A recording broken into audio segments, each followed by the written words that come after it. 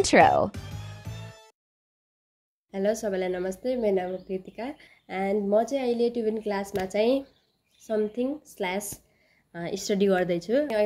कुनै 1 वर्ष 2 वर्ष अगाडि हजुरको स्टेजमा थिएँ जहाँ के पढौँ कसो पढौँ साइन्स भन्छन् हैन, राम्रो मार्क्स पनि आछ, के गर्ने होला भोलि पर्सि स्कोप त अहिले त म्यानेजमेन्टमा पनि बब्बाल छ अनि नाइ साइन्समा पनि बब्बाल छ भनेर चाहिँ धेरै दिमागमा कुराहरू लास्टै खेल्छ हैन।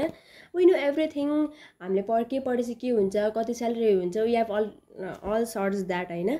बट स्टिल चाहिँ हामीहरूलाई लाइक आफूलाई त्यो थाहा भइरहेको हुन्न कि कोही चाहिँ हुन्छ सानैदेखि मेरो ड्रिम छ यो, म डक्टर बन्यो, म सिए बन्यो, म ब्याङ्कर बन्यो, ब्ला ब्ला ब्ला, एकदम धेरै के मान्छेको पुरै माइन्ड सेट हुने रहेछ।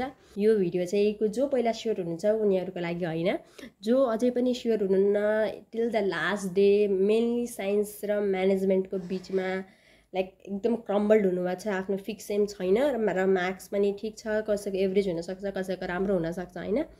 मार्क्स लाइक आफूले पढ्न सकिन्छ, म जुन पनि पढ्न सक्छु भन्ने क्यापासिटी छ आफ्नो, बट स्टिल चाहिँ मेरो लागि कुन चाहिँ होला भन्ने चुज गर्न सक्नु भएको छैन भने exactly this video is for you म भनिरहेको छु। The next day. Let's start the video without any crumble. Number 1, science. Science-मा चाहिँ when we go to study you have 2 choices. One is computer and one is biology हैन। यदि हजुरले चाहिँ computer पढ्नुहुन्छ भने इन्जिनियरिङ पढ्न, कम्प्युटर आइटी पढ्न एकदमै स्योर हुनुहुन्छ, nah I don't like the medical field, no way भन्ने छ भनेपछि चाहिँ of course you can go for computer होइन, कम्प्युटरमा जानुहोस्। नाइ लाइक मलाई अझै केही पनि स्योर छैन, फिक्स छैन, म जे पनि पढिहाल्छु, म जे पढ्छु त्यसैमा इन्ट्रेस्ट लागिहाल्छ होइन, म क्यान स्टडी एभ्रिथिङ। हल्का बायोलोजी थोरै गाह्रो हुन्छ भने आई विल ह्यान्डल होइन, पढिहाल्छु। अनि म स्योर पनि छैन, may you should go for biology. And भोलि पर्सि if you can imagine yourself होइन, वर्किङ फ्रम 9 to 5 एन्ड 4-5 इयर्समा यु वान बी सेटल भनेपछि चाहिँ अफकोर्स होइन कम्प्युटर विल बी बेस्ट। अब 10 क्लासपछि बेसिक कोर्स चाहिँ पढ्नुहोस् है कम्प्युटरको। यो पढेपछि इफ हजुरको कम्प्युटर पढ्ने माइन्डसेट छ भने साइन्ससँग, अनि हजुरलाई कम्प्युटरको अगाडि बस्दाखेरि कति टायर्ड फिल हुन्छ, कति बोर फिल हुन्छ होइन, कति बेर बस्न सक्नुहुन्छ सक्नुहुँदैन, योबाट पनि हजुरलाई कम्प्युटर पढ्ने कि नै भनेर आइडिया आउँछ जस्तो लाग्छ। म यसरी दिनभरि आफ्नो काम छ भने कम्प्युटरमै बसेर एकै ठाउँ बसेर काम गर्न सक्छु। हुन त मान्छेले होइन फरक फरक ठाउँमा गएर अनि आफ्नो इन्भाइरोमेन्ट चेन्ज गरेर काम गर्ने त ह्याबिचुअल भइसकेका हुन्छन् होइन। तर म चाहिँ एज अ चिलबुले person I can't imagine myself that like होइन। बायोलोजीको अब जाम बायोलोजीमा, अनि बायोलोजीमा चाहिँ इमेजिन युर सेल्फ होइन, अनि मेडिकल बायोलोजी त मेडिकल फिल्ड, जियोलोजीतिर running in going into forest होइन। I was like medical field no no no I don't like it भन्ने हुन्थ्यो आफ्टर स्टडिङ इट होइन। अनि जियोलोजी पनि बायोलोजी पनि बोटानी लाइक दुइटै यस्तो लाइक त्यसको पर्सपेक्टिभै चेन्ज भयो क्या। अनि आई क्यान इमेजिन मान्छे गोइङ अन जङ्गल्स होइन, अनि सर्चिङ प्लान्ट्स, अनि तिनको टाइपहरू फ्लावरहरू हेरिरहेको छु, I can imagine it myself. अनि त्यसपछि मेडिकल फिल्डमा पनि हस्पिटलको टाउन्स लगाएको होइन, अनि आफू चाहिँ पढ्ने बेला पनि जुन रमाइलो लाग्छ नि नयाँ नयाँ कुरा थाहा पाउँदा कि आफूले खाइरहेको काटिरहेको प्याज हुन्छ होइन, अनि त्यसमा गएर चाहिँ हजुरले जब काटेर आफूले माइक्रोस्कोपभित्र हिँड्छ you will like oh my gosh wow, त्यो वाओ भन्ने आफ्नो भित्रबाट निस्किँदो रहेछ कि जब आफ्नो अनि आफ्नो हातको ब्लड चिन्नुहुन्छ, आफै ब्लड चेक गर्नुहुन्छ blood group, then you will feel just like wow. त्यसपछिहरूले आफै थाहा हुन लाग्छ। पढ्ने एउटा छुट्टै कुरा हो, थ्योरी र प्र्याक्टिकल छुट्टै कुरा हो।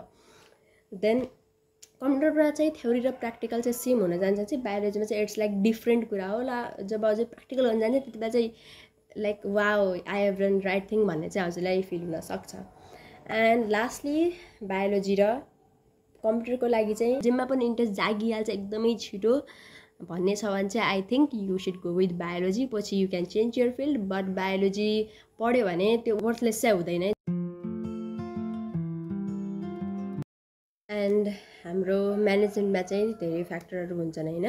एउटा फाइनेन्स हुन्छ, अनि जसमा ब्याङ्किङ सेक्टरतिर जानको लागि, अनि एचएम हुन्छ होटल सेक्टरको जानको लागि, हस्पिटालिटी सेक्टरमा जानको लागि, एन्ड देन हाम्रो हुन्छ एउटा कम्प्युटर हुन्छ होइन, कम्प्युटिङ आइटी सेक्टरमा जानको लागि। तर चाहिँ इन्जिनियरिङको रोल पाइँदैन कम्प्युटर म्यानेजमेन्टबाट कम्प्युटर पढेपछि, तर म्यानेजिङकै रोल चाहिँ पाइन सकिन्छ कम्प्युटरबाट। अनि मेन सब्जेक्ट चलेको सब्जेक्ट यति हो होइन। कम्प्युटर सेक्टरमा पढेको मान्छेले म्यानेजमेन्टबाटै म्याथ पनि पढ्ने गरेको देखिन्छ। अब जबको बारेमा जाम हैन हजुरले आफ्नो 12 पढेर भइसकेपछि नै न्यायमा जब सुरु गर्छु हैन त्यसमा साइन्समा चाहिँ यसलाई धेरै पहिला त्यो थ्योरी पुरै निलिसकेपछि बल्ल हजुरलाई केही प्र्याक्टिकल काम गर्न दिन्छ बल्ल केमिकलसँग खेल्न दिन्छ बल्ल टुल्सहरू चलाउन दिन्छ बल्ल कसैको रेजिस्ट्रेसन गर्न दिन्छ भनेपछि म्यानेजमेन्ट चाहिँ अहिले प्र्याक्टिकली सिक्दै जाने हो के हैन पर्सनल कुरा again I am saying and एउटा चाहिँ इन्ट्रेस्टको कुरा पनि भयो मलाई सामाजिक पढ्न चाहिँ रमाइलो लाग्थ्यो but when I was writing in exam एकदम मेसअप हुने दिमागमा लाइक थिङ्स बहुत क्रम्बल हुने हुन्थ्यो बट एन्ड साइन्समा चाहिँ एकदम थिङ्स आर लाइक एकदम एक्ज्याक्ट के एन्ड त्यो कुराहरूले चाहिँ मलाई बहुतै फेसिनेट गर्छ पनि अझै पनि गरिरहेको हुन्छ सो साइन्स चाहिँ मेरो एकदम फिक्स थियो बायोलोजी र कम्प्युटरमा I was confuse and after taking bridge course मैले सोचेँ I can do any work sitting for long hours in front of the computer so I and आजको भिडियोलाई चाहिँ यति नै गर्ने त 11 क्लासमा भनेर next video I will be uploading soon so तबसम्म बसिराख्नु होला and stay well stop overthinking I am here to help you if nobody is